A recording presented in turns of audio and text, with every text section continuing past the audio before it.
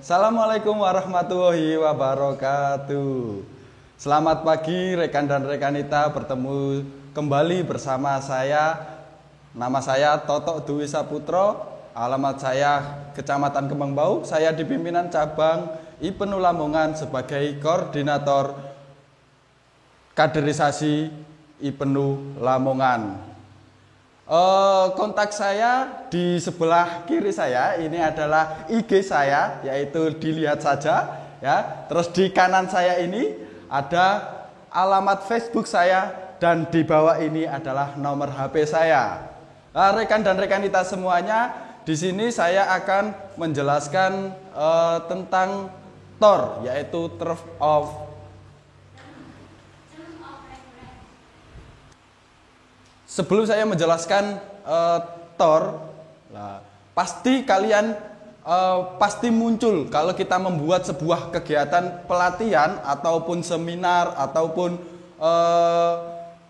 kegiatan rutin yang tidak rutin, itu pasti kalian akan ditanya, TOR-nya mana sih? Nah, pertanyaan inilah yang akan sering muncul kepada diri kita yang akan membuat kegiatan. Nah, next. Ini apa sih TOR tersebut? Nah, TOR adalah kepanjangannya Term of Reference atau kerangka acuan sebuah kegiatan. Nah, merupakan gambaran umum dan penjelasan mengenai kegiatan yang akan dilaksanakan sesuai dengan tugas dan fungsi sebagaimana mestinya. Next. Nah, TOR, untuk apa sih TOR tersebut?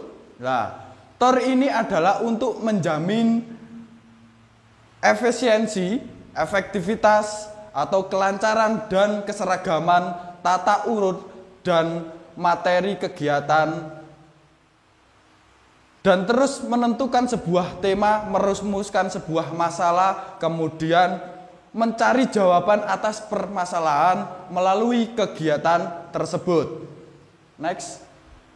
Nah, isi TOR tersebut ada yang harus kita perhatikan, yaitu 5W1H. Yang pertama adalah what, yaitu apa. Nah, ini dalam menjelaskan pengertian dan apa yang pertama, yaitu uraian mengenai apa, yaitu what. Pengertian dan apa keluaran atau output yang akan dicapai dan dari kegiatan yang dilaksanakan. Next, yaitu yang kedua. Yang kedua yaitu mengapa atau why. Nah, ini kita harus mengetahui mengapa kita membuat sebuah kegiatan tersebut agar kita bisa tahu fungsi dan tugasnya masing-masing. Next, yang ketiga, siapa atau yang disebut who. Nah, ini siapa yang mengadakan dan siapa target pesertanya. Nah, ini adalah who. Next, yang keempat, kapan atau yang disebut when. Kapan kegiatan tersebut dimulai dan selesainya itu kapan, persiapannya dan sebagainya. Next, yang kelima, yaitu di mana atau lokasi, yang disebut where. Nah, kegiatan tersebut di mana lokasinya atau tempatnya itu di mana. Yang keenam adalah bagaimana, yaitu how. Nah, bagaimana kegiatan tersebut dilaksanakan atau bagaimana kegiatan itu dilakukan. Next, yang selanjutnya dari penjelasan tadi, yaitu yang pertama ada di dalam isi TOR tersebut adalah sebuah latar belakang. Nah, latar belakangnya itu seperti apa? Itu dijelaskan kenapa kita membuat sebuah kegiatan tersebut, itu dimasukkan di sebuah latar belakang. Yang kedua yaitu adalah dasar pelaksanaan. Nah, kalau di IPENU IPPNU biasanya dasar pelaksanaannya yang pertama itu rapat pengurus harian, atau yang kedua yaitu dari PD, PRT, dan yang ketiga dari rapat panitia. Terus yang ketiga, maksud dan tujuan. Nah, maksud kita membuat kegiatan itu diungkapkan di dalam isi tor tersebut. Dan tujuannya apa? Itu kita agar nanti kalian menyampaikan ke pematerinya atau yang narasumbernya itu bisa tahu bagaimana kegiatan itu dilakukan. Yang keempat, yaitu nama dan tema. Nah, nama kegiatannya seperti apa, terus ditunjukkan temanya juga. Itu di dalam isi tor. Terus yang kelima, yaitu waktu dan tempat. Sudah seperti yang dijelaskan di belakang tadi, waktu dan tempatnya di mana, tanggalnya berapa, itu kita harus dijelaskan di dalam isi tor. Yang keenam, yaitu penyelenggara dan peserta. Penyelenggaranya dari mana dan pesertanya dari mana.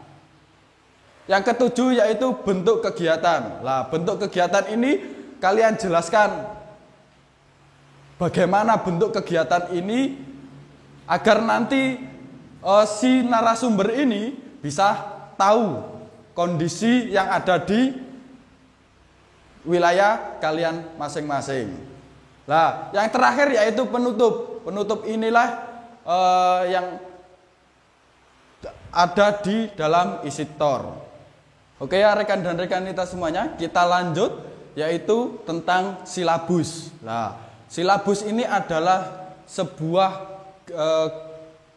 ya kita lanjut rekan dan rekanita di materi tentang silabus. Nah, silabus ini adalah gambaran atau referensi atau acuan yang di situ isinya adalah sebuah materi-materi nanti yang akan disampaikan narasumber, agar nanti narasumber itu bisa mengetahui apa saja indikator atau pokok bahasanya yang disampaikan oleh narasumber. Nah, ini adalah silabus. Nah, di dalam silabus di situ ada yang poin pertama yaitu deskripsi dari sebuah kegiatan tersebut. Kegiatannya apa? Contoh misal kita mengadakan Magesta, ya Magesta itu apa dan sebagainya. Magesta adalah titik-titik dan sebagainya. Nah, poin yang kedua yaitu adalah indikator keberhasilan atau sebuah pencapaian. Nah, kalau kalian membuat sebuah kegiatan atau membuat sebuah acara, itu jangan asal-asal kita membuat kegiatan, tetapi kita harus tahu bagaimana pencapaiannya, harus tahu outputnya itu seperti apa. Itulah yang dinamakan indikator keberhasilan. Poin yang selanjutnya yaitu adalah bagan keterangan materi. Nah, disinilah ada sebuah tabel-tabel yang ada. Yang pertama adalah tabel materi, yang kedua ada yaitu pokok pembahasan, dan yang ketiga adalah indikator yang dibahas atau indikator belajar. Terus yang di tabel selanjutnya ada yang namanya metode yang dipakai, itu metodenya seperti apa. Terus yang di selanjutnya, tabel selanjutnya ada media pelatihan atau media pembelajarannya itu kita kasih seperti apa. Terus yang selanjutnya yaitu adalah alokasi waktu. Nah, kalau di Magesta itu 60 menit, 90 menit. Kalau ada di seminar dikasih bisa waktu 90 menit, 120 menit dan sebagainya. Nah, materi itu contoh kita materi ke IPNU IPPNU-an. Nah, terus di pokok pembahasannya ini seperti apa? Apa itu IPNU atau pengertian IPNU? Terus tanggal lahir IPNU, siapa pendirinya dan sebagainya. Itu nanti yang bisa kalian bisa pahami. Yang selanjutnya yaitu pokok pembahasan. Nah, di sini kalian harus bisa memahami kondisi pesertanya ini yang kalian butuhkan atau di wilayah kalian ini kalian butuhkan ini seperti apa. Itulah yang nanti kalian isi di pokok-pokok pembahasannya. Contoh, misal kalau di materi IPENU IPPNU, pengertian IPENU, karena apa? Karena di tingkatan magista. Terus tujuan IPENU itu seperti apa dan sebagainya. Nah, yang ketiga yaitu indikator belajar atau indikator keberhasilannya. Nah, dari pokok-pokok pembahasan tersebut, dari pengertian ini peserta diharapkan bisa seperti apa kalau sudah dapat materi IPENU IPPNU dan sebagainya. Terus di tujuannya ini indikatornya seperti apa keberhasilannya. Yang selanjutnya yaitu ada metode. Nah, metode ini banyak sekali metode. Nah, contoh ada metode ceramah, ada metode brainstorming, ada metode ice breaking, dan banyak lagi metode-metode yang lain. Yang selanjutnya yaitu media pelatihan atau media pembelajaran. Nah, media-media ini juga banyak sekali media yang bisa digunakan oleh seorang pemateri atau yang kalian siapkan sebagai seorang panitia.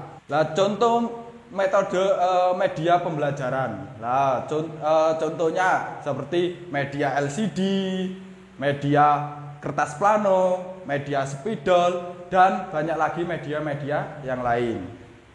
Terus alokasi waktu yang sudah saya sampaikan di sebelumnya, waktunya berapa dan sebagainya. Nah, mungkin itu rekan dan rekan kita semuanya dari penjelasan materi TOR dan silabus ini. Mungkin nanti kalau ada sebuah pertanyaan atau yang ada mengganjal di dalam hati bisa ditanyakan di WA group yang ada di bawah ini. Mungkin itu cukup penjelasan saya tentang materi TOR dan silabus. Mungkin kalau ada pertanyaan atau ada yang kurang paham bisa ditanyakan di WA group di bawah ini. Cukup itu saja materi yang saya sampaikan. Apabila ada kata-kata yang kurang berkenan, saya mohon maaf yang sebesar-besarnya. Ada pepatah, kalau kita sebagai seorang pelajar harus selalu siap action di dalam apapun kita dibutuhkan. Saya akhiri. Wallahul muwaffiq ila aqwamit thoriq. Selamat belajar, berjuang dan bertakwa. Wassalamualaikum warahmatullahi wabarakatuh.